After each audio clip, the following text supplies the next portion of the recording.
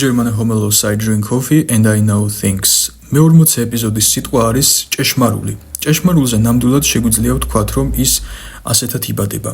ყოველ შემთხვევაში მიდრეკილება აქვს და დროთა განმავლობაში უფრო უძლიერდება ეს ძვირფასი გრძნობა.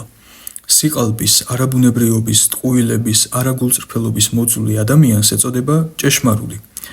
ჭეშმარული ხშირად ხვდება ისეთ გარემოში, რომელიც მას სთხოვს, რომ შეიცვალოს, ვიღაცის როლი მოირგოს, ტყუილები თქვას, რაღაცები მოიწონოს, რაც არ მოსწონს, გახდეს უპრინციპო, მაგრამ იმდენად არ უყვარს სიყალბე და ტყუილები, რომ არ ეშინია მარტო დარჩენა იმის გამო, რომ ყველას მოსაწონი ადამიანის როლის მორგება არ შეუძლია.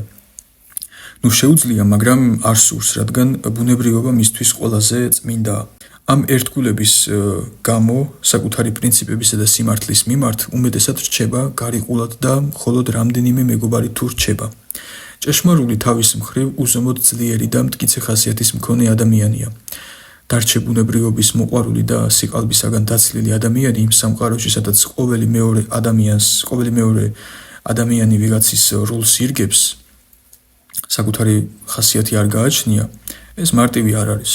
რაც ყველაზე მთავარია, ჭეშმარული სანდო ადამიანია და მასთან შეგიძლია თავი უსაფრთხოდ იგრძნო. ზურგს უკან არ გიღალატებს, არ ილაპარაკებს შენზე, თუ რამე აქვს სათქმელი პირდაპირ მოვა და უფილტროდ გეტყვის.